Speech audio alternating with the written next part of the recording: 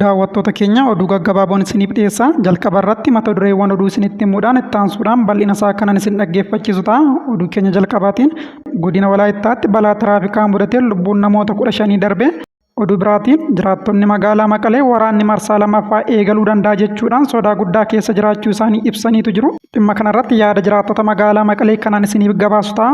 Oduu keenyatti aanuun ammoo addi bilisummaa uummata Tigraay yookiin TPLF gochaawwan uummata rakkoo keessa galchan uumuurraa of qusachuu akka qabu paartiin Dimokiraatawaa Tigraay hubachiise.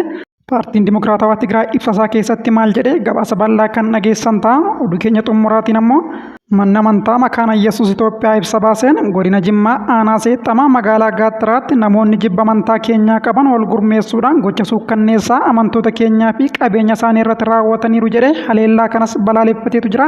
Ibsa waldaa makaana Yesuus kanas gabaabsee kanan isinitti himu ta'a. Daawwattoota keenya chaanaaliin kun chaanaalii burqaa oduuti. Oduu dhugaa ta'e guyyaa guyyaadhaan argattu. Warri chaanaalii keenyaaf haaraa taatan sabiskiraayib gochuu hin dagatina. Viidiyoo kanallee laayik gochaarran waliin tura. Itti aansuudhaan bal'ina oduuttan darba.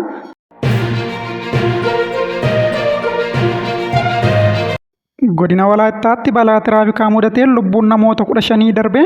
Godina Walaayittaa aanaa Daamotii Waayideetti balaa tiraafikaa mudatee lubbuun namoota 15 darbuun ibsame. Balichaan hanga ammaatti lubbuun namoota 15 darbuu fi namoota 21 irra immoo miidhaa cimaa fi namoota 6 irra immoo miidhaa salphaan qaqqabuun eerameetu jira. Namoota balichaan miidhamaniif hospitaala Ootonaatti yaaliin taasifamaa jiraachuun isaas ibsamee jira. Egaa daawwattoota keenya maatii warra miidhamanii fi uummata Walaayittaatiif jajjabina hawwaarraa oduu kan biraattan darba. Oduu keenyatti aanuun jiraattonni magaalaa Maqalee sodaa guddaa keessa jiraachuu ibsanii haalli tibbana Tigraay keessa jirus Tigraayitti waraanni marsaa lammaffaa eegaluu akka danda'u waan agarsiisuuf jiraattonni magaalaa Maqalee hedduun isaanii sodaa guddaa keessa jiraachuu isaanii ibsaniitu jiru. Uummanni magaalaa Maqalees inni humna qabu tikkeettii xiyyaaraa kutachuun gara Finfinneetti ol baqachaa kan jiru yeroo ta'u, warri kaan immoo sodaa waraanaa qaban irraa kan ka'e wantoota isaan barbaachisu yeroon bibbitachaa akka jiran himaniitu jiru. Akka jiraatan magaalichaa tokko jedhutti waraana kanaan duraa irratti hirmaachuuf dargaggoonni fedha guddaa qabu turanii amma garuu dargaggeessi Tigraay waraana nuffeetu jira jechuudhaan waraanni marsaa lammaffaa matumaayyuu barbaachisaa akka hin taane dubbateetu jira.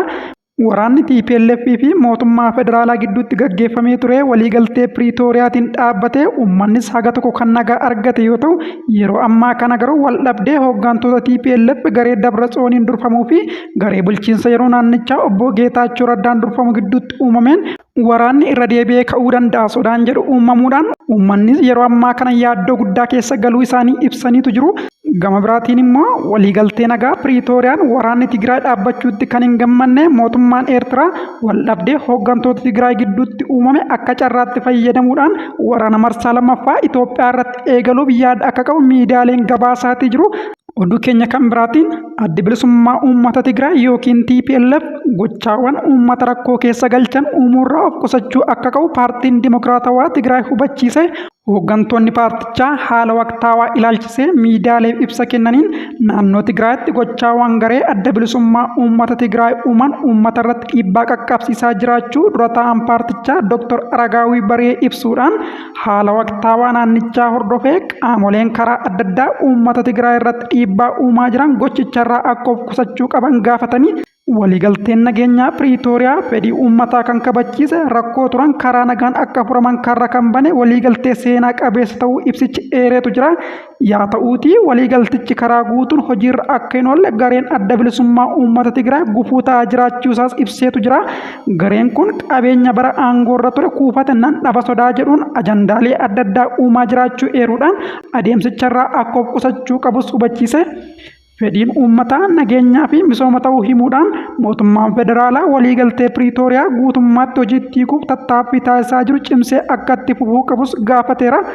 Daawwattoota keenya oduutti aanutti darbaa viidiyoo keenya laayik gochaarra chaanaalii keenya immoo sabiskiraayib gochaarra dhaggeeffadha. Oduu keenyatti aanuun manni amantaa makaana Yesuus Itoophiyaa ibsa baaseen godina Jimmaa aanaa seexamaa magaalaa Gaattiraatti namoonni jibba amantaa keenyaa qaban wal gurmeessuudhaan gocha suukkanneessaa amantoota keenyaa fi qabeenya isaanii irratti raawwataniiru jedhee haleellaa kanas balaaleffate. Godina Jimmaa aanaa seexamaa magaalaa Gaattiraatti gaafa kamisaa guyyaa 4 ji'a 7 bara 2017 halkan keessaa sa'aatii 9tti namoonni jibba amantaa keenyaa qaban wal gurmeessuudhaan gocha suukkanneessaa amantoota keenyaa fi qabeenya isaanii irratti raawwataniiru kan jedhe ibsi waldaa makaana Yesuus kuni Dabalataanis mana sagadaa amantoonni keenya waaqeffannaa keessatti gaggeeffatan gubuun barbadeessaniiru jedhe miidhaa qaqqabeen ammoo amantoota miseensota keenya kan ta'an namoota sagal irratti gochisuu kanneessaa gajaraan albeenii fi meeshaalee garagaraan deeggarame harka mataa gateettii fi qaamota biroo isaanii irratti miidhaan guddaan ga'ee jira jechuudhaan mana amantoota keenya namoota 14 ta'an balbala isaanii caccabsuun olitti galanii qabeenya isaan qaban hunda caccabsuun hojiin ala taasisanii jiru. Manni sagadaa amantoota keenya magaalaa Gaattaraatti argamu immoo abiddaan barbadaa'eetu jira. Qabeenyaalee mana sagadaa sana keessa jiran hunda hurreessuudhaan hojiin ala godhaniiru jechuudhaan waldichi ibsasaa keessatti hubachiise. Dabalataanis waldichi ibsasaatiin rakkoo uumame kana fala barbaaduuf akkasumas tasgabbii uumuudhaaf bulchiinsi zoonii Jimmaa tarkaanfii inni fudhataa jiruuf galateeffachuudhaan biiroon bulchiinsaa fi dhimma nageenyaa mootummaa naannoo Oromiyaa dhimma kanaaf xiyyeeffannoo cimaa akka kennuu qabus gaafateera.